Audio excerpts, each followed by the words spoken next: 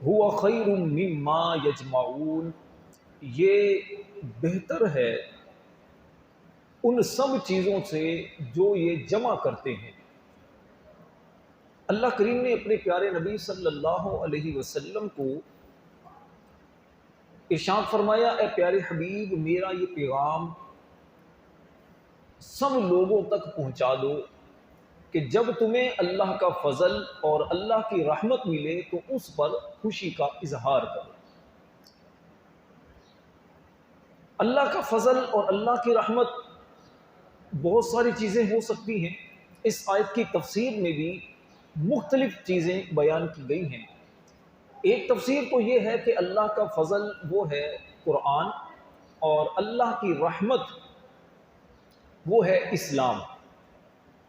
اور ایک قول یہ ہے کہ اللہ کا فضل وہ قرآن ہے اور اللہ کی رحمت وہ نبی کریم علیہ السلام کی مبارک ذات ہے، جیسا کہ سورہ انبیاء میں بھی اللہ کریم نے بیان فرمایا وما ارسلناک الا رحمتا للعالمین، اور ہم نے آپ کو سارے جہانوں کے لیے رحمت بنا کر بھیجا ہے۔ اللہ کریم کا فضل جب ملے، جب اللہ کی رحمت ملے تو اس پر شکرانے کے طور پر خوشی کا اظہار کرنا، اس کا حکم بھی دیا گیا، اور مسلمانوں کی شان بھی ہے۔ جو بندہ نعمتوں پر شکر کرتا ہے رب تعالیٰ اس کی نعمتوں میں اضافہ فرماتا ہے، جو نعمت پر ناشکری کرتا ہے تو جو نعمت اسے ملی ہوتی ہے وہ نعمت بھی اس سے لے لی جاتی ہے۔ بعض مفسرین نے فرمایا کہ اس آیت میں اللہ کا فضل اور اللہ کی رحمت وہ ہے سرکار دو عالم علیہ الصلوۃ والسلام کی مبارک ذات۔ تو اب اس کا مفہوم یہ بنے گا کہ جب تمہارے پاس نبی پاک علیہ الصلوۃ والسلام کی مبارک ذات اللہ کے فضل اور رحمت کے طور پر آ گئے تو اب تمہیں چاہیے کہ اس پر رب کا شکر ادا کرتے ہوئے خوشی کا اظہار کرو۔ قرآن کریم میں ایک مقام پر رب کریم فرماتا ہے وَلَوْلَا فَضْلُ اللَّهِ عَلَيْكُمْ وَرَحْمَتُهُ لَاتَّبَعْتُمُ الشَّيْطَانَ إِلَّا قَلِيلًا، کہ اگر تم پر اللہ کا فضل اور اللہ کی رحمت نہ ہوتی تو سوائے کچھ لوگوں کے، تھوڑے لوگوں کے، باقی شیطان کے پیروکار بن جاتے۔ اس آیت کی روشنی میں اگر ہم دیکھتے ہیں نبی کریم علیہ السلام کی آمد سے پہلے جو زمانہ جاہلیت ہے اس میں لوگوں کا انداز زندگی کیا تھا، رہن سہن کے طور طریقے کیا تھے، لوگوں کا ایک دوسرے کے ساتھ ملنا جلنا کیسا تھا، بہت عجیب و غریب قسم کے معاملات تھے، جہالت تھی، ظلمت تھی، ہر طرف ایک ایسا معاملہ تھا کہ جیسے انہیں زندگی گزارنے کا شعور ہی نہیں ہے۔ لیکن جب نبی پاک علیہ الصلوۃ والسلام کی آمد ہوتی ہے، آپ لوگوں کو ایک زندگی گزارنے کا انداز سکھاتے ہیں، لوگوں کو بتاتے ہیں کہ جھوٹ بولنا بری بات ہے، شراب پینا غلط ہے، لوگوں کے ساتھ دھوکہ دینا یہ غلط ہے، ماں کا احترام سکھایا، بیٹی کا اپنے ایک مقام بتایا، اسی طرح بہنوں کی قدر و شان آپ نے بیان کی، اور اپنے صحابہ کو یہ سمجھایا کہ اللہ پاک نے ہم پر ایک دوسرے کے حقوق کیا کیا رکھے ہیں، اور سب مسلمانوں کا ایک رشتہ بیان کیا، انما المؤمنون اخوہ، کہ مسلمان آپس میں بھائی بھائی ہیں۔ یہ وہ چیزیں ہیں کہ جو نبی کریم علیہ السلام کے آنے سے لوگوں کے اندر پیدا ہوئی، اور پھر وہی قوم جو کل تک ایسا تھا کہ لوگ اسے اچھا نہیں سمجھتے تھے، لوگ انہیں یعنی جاہل سمجھتے تھے، جب اسلام قبول کرتے ہیں، زندگی گزارنے کا انہیں طریقہ آتا ہے تو پھر وہی آسمان ہدایت کے ستارے بن کر چمکتے ہیں۔ سرکار دو عالم علیہ السلام کی مبارک ذات پر خوشی منانا یہ صدیوں سے مسلمانوں کا طریقہ رہا ہے۔ نبی کریم علیہ السلام خود ہر پیر شریف کو منڈے کو روزہ رکھتے تھے۔ صحیح بخاری کے اندر بھی حدیث موجود ہے، صحیح اور مشکات شریف کے اندر بھی یہ حدیث موجود ہے۔ حضرت قتادہ رضی اللہ تعالی عنہ روایت کرتے ہیں سئل عن صوم یوم الاثنین، سرکار دو عالم صلی اللہ علیہ وسلم سے پوچھا گیا کہ آپ پیر شریف کا روزہ کیوں رکھتے ہیں؟ آقا کریم علیہ السلام نے فرمایا فیہ ولدت وفیہ انزل علی وحی، فرمایا اس لیے کہ پیر کے دن ہی میری ولادت ہوئی اور پیر کے دن ہی مجھ پر پہلی وحی نازل ہوئی۔ تو ذرا غور کیجئے، نبی پاک علیہ السلام جس دن پیدا ہوئے، آپ اس دن شکرانے کے طور پر روزہ رکھ کر اپنا یوم ولادت مناتے ہیں، تو آپ کے جو غلام، آپ سے محبت کرنے والے، آپ علیہ السلام کی دنیا میں آمد پر، جو کہ 12 ربیع الاول جمہور قول کے مطابق ہے کہ 12 ربیع الاول کو آپ دنیا میں تشریف لے کر آئے، تو آپ کی آمد پر بھی خوشی کا اظہار کرتے ہیں۔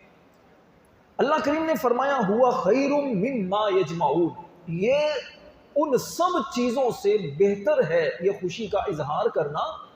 رحمت اور فضل پر، یہ ان سب چیزوں سے بہتر ہے جو جمع لوگ کرتے ہیں۔ لوگ جمع کیا کرتے ہیں؟ لوگ جمع کرتے ہیں مال و دولت لوگ جمع کرتے ہیں، تو فرمایا ان کے مال و دولت سے، دھن دولت سے یہ بہتر ہے اللہ کی رحمت پر خوشی کا اظہار کرنا۔ دیکھیے، خوشی کا اظہار کرنا یہ کوئی بری بات نہیں، یہ اچھا عمل ہے۔ ہم دنیاوی طور پر دیکھیں تو ہم بہت ساری چیزوں میں خوشی کا اظہار کر رہے ہوتے ہیں۔ مثال کے طور پر اگر ہمیں اللہ پاک بیٹے کی نعمت دیتا ہے تو اس دن خاص شکر ادا کرنے کے طور پر سالگرہ کا ایک اہتمام کرتے ہیں، گھر کے افراد جمع ہو کر اللہ پاک کا شکر ادا کرتے ہیں، اگر شریعت کے دائرے میں ہے چیز تو۔ باقی اس میں عورتوں کا، مردوں کا اختلاط، یا اس میں گانے باجے، یا اس میں ڈھول دھماکے، یہ چیزیں یقیناً غلط ہیں۔ اسی طرح جب بچے کی شادی ہوتی ہے پھر بھی ہم خوشی کا اظہار کر رہے ہوتے ہیں کہ اللہ پاک نے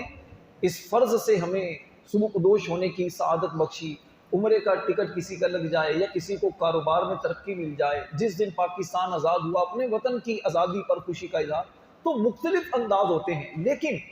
یہاں پر قابل غور چیز وہ یہ ہے، شریعت کو مطلوب وہ یہ چیز ہوتی ہے کہ آپ خوشی کا اظہار کریں، لیکن شریعت کے دائرے میں رہ کر، ٹھیک ہے، شریعت کے دائرے میں رہ کر۔ یہ نہیں کہ آپ کہیں جناب میں تو جشن ولادت پر خوشی کا اظہار کر رہا ہوں اور ساتھ میں آپ گانے باجے چلا رہے ہوں، آپ میوزک کے ساتھ نعتیں چلا رہے ہوں، گھر کی خواتین کو بے پردہ لے کر جلوس میں لے کر جا رہے ہوں، تو یہ یقیناً گناہ ہے، ناجائز ہے۔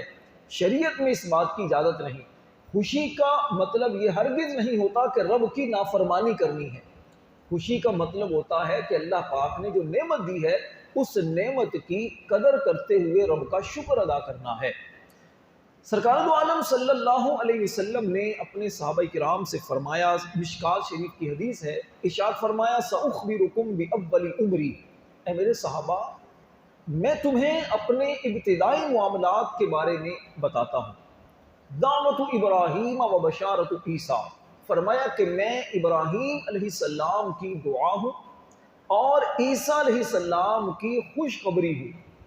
وَرُؤْيَا الَّتِي رَأَتْ حِينَ وَضَعَتْنِي، اور میں اپنی والدہ آمینہ کا وہ خواب ہوں جب انہوں نے مجھے جنا۔ وَقَدْ خَرَجَ لَهَا نُورًا، تو ان سے ایک نور نکلا، اضاء لَهَا مِنْهُ قُصُورُ الشام، جس نور کی روشنی میں شام کے محلات ان کے لیے روشن ہو گئے۔ یعنی جب نبی پاک کی ولادت ہوئی تو بی بی آمینہ سے ایسا نور نکلا جس نور کی روشنی میں انہوں نے شام کے محلات کو دیکھ لیا۔ حضرت ابراہیم علیہ السلام کی دعا کون سی کہ جب انہوں نے خانہ کعبہ کو تعمیر کیا اپنے بیٹے اسماعیل علیہ السلام کے ساتھ مل کر، تو اس وقت اللہ سے دعا کی تعمیر کرنے کے بعد، ربنا وابعث فیہم رسولا منہم، یہ پہلے پارے کے آخری رکوع کے اندر حضرت ابراہیم علیہ السلام کی یہ دعا موجود ہے۔ ابراہیم علیہ السلام نے کہا ربنا وابعث فیہم رسولا منہم، اے ہمارے رب انہی میں سے، ان لوگوں میں انہی میں سے ایک رسول مبعوث فرما، یتلو علیہم آیاتک، جو ان پر تیری آیتیں تلاوت کرے، وَيُعَلِّمُهُمُ الْكِتَابَ وَالْحِكْمَةَ، اور وہ رسول ان کو کتاب اور حکمت کی تعلیم دے، وَيُزَكِّيهِمْ، اور ان کو ستھرا کرے، ان کے دلوں کا تزکیہ کرے۔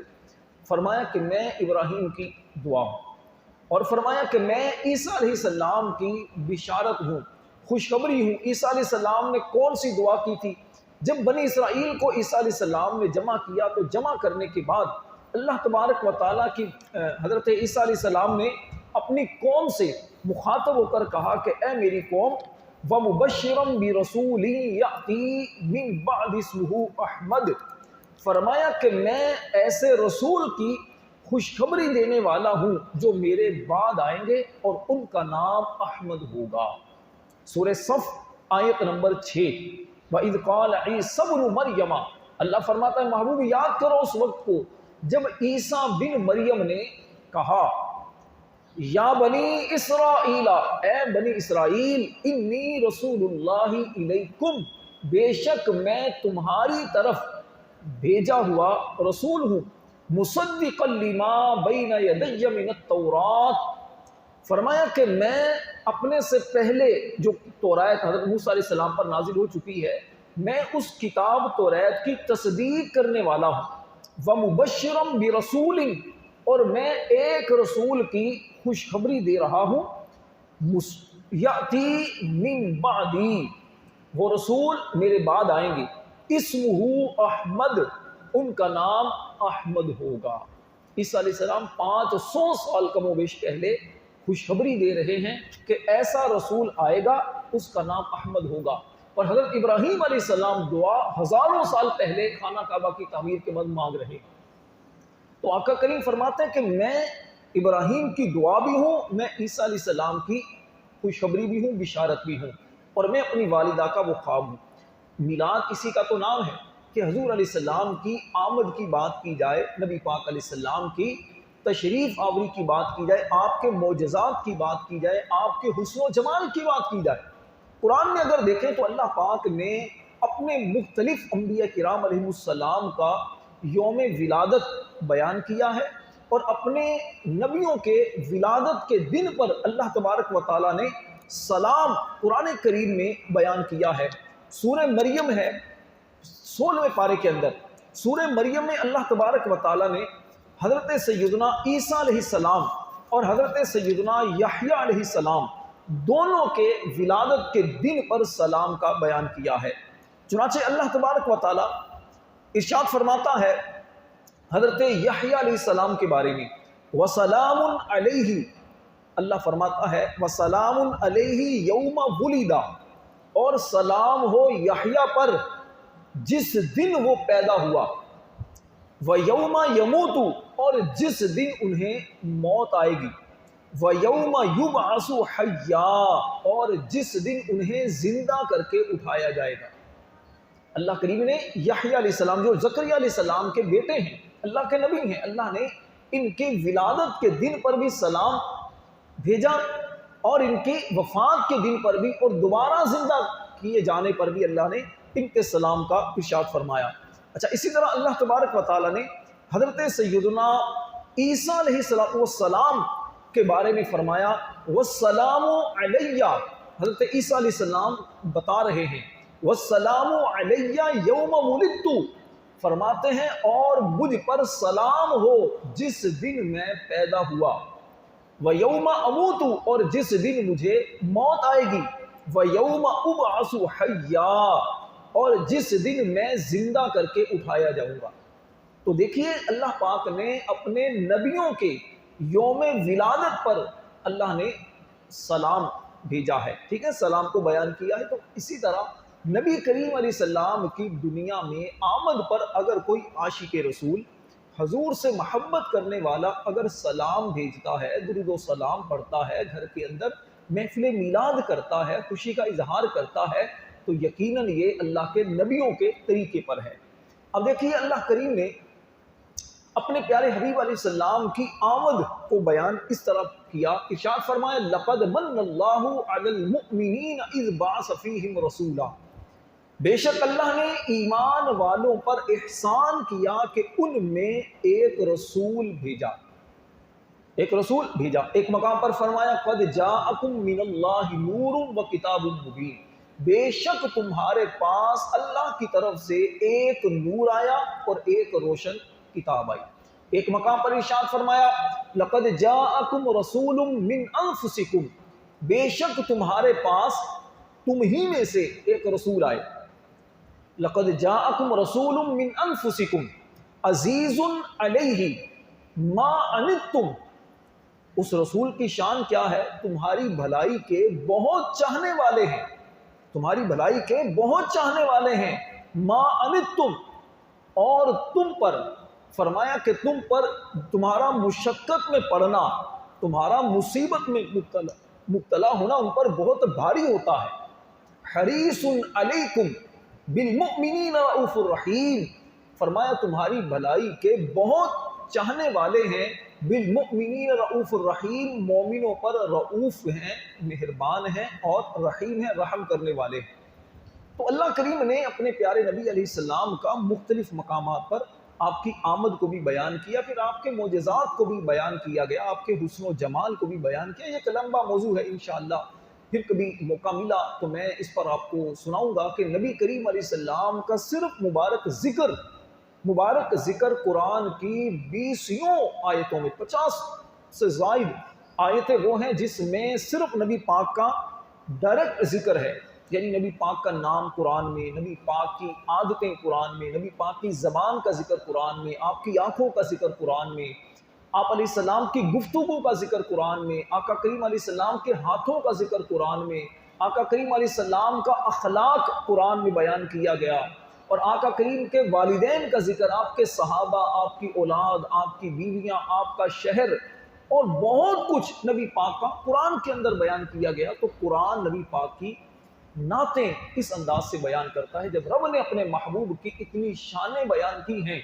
تو جو اللہ کے پیارے حبیب کا ذکر کرتا ہے، اللہ کے پیارے حبیب کی شان بیان کرتا ہے، نعتیں پڑھتا ہے، سنتا ہے، تو اللہ پاک اس کا ذکر بھی اونچا کر دیتا ہے، اسے بھی برکتیں عطا کرتا ہے۔ رب کریم اپنی بارگاہ میں آج کا ذکر رسول کرنا قبول فرمائے، آمین۔ وآخر دعوانا ان الحمد للہ رب العالمین۔ الحمد للہ رب العالمین والصلاة والسلام علی سید المرسلین۔ یا رب العالمین یا ارحم الراحمین، پاک پروردگار ہم سب کی حاضری اپنی بارگاہ میں قبول فرما۔ یا اللہ ہمارے گناہوں کو معاف فرما، ہماری غلطیوں کو، تاہیوں، لغزشوں، خطاؤں سے درگزر فرما۔ یا اللہ بیماروں کو شفا عطا فرما، جو مسلمان پریشان ہیں ان کی پریشانیاں دور فرما، جو قرض دار ہیں انہیں بار قرض سے نجات عطا فرما، ہم سب کا خاتمہ ایمان پر فرما۔ یا اللہ بیماروں کو شفا عطا فرما، مالک کریم جو قرض دار ہیں انہیں بار قرض سے نجات عطا فرما، جو بے روزگار ہیں انہیں اچھا روزگار عطا فرما، جو برسر روزگار ہیں ان کے رزق حلال میں برکت نازل فرما۔ یا الہ العالمین بار بار حج کی سعادت نصیب فرما، بار بار مدینہ پاک کی با ادب حاضری نصیب فرما۔ کہتے رہتے ہیں دعا کے واسطے بندے تیرے، کر دے پوری آرزو ہر بے کسو مجبور کی، صلی اللہ تعالی علی حبیبہ محمد و آلہ و صحبہ اجمعین برحمتک یا ارحم الراحمین۔ لا الہ الا اللہ محمد رسول اللہ۔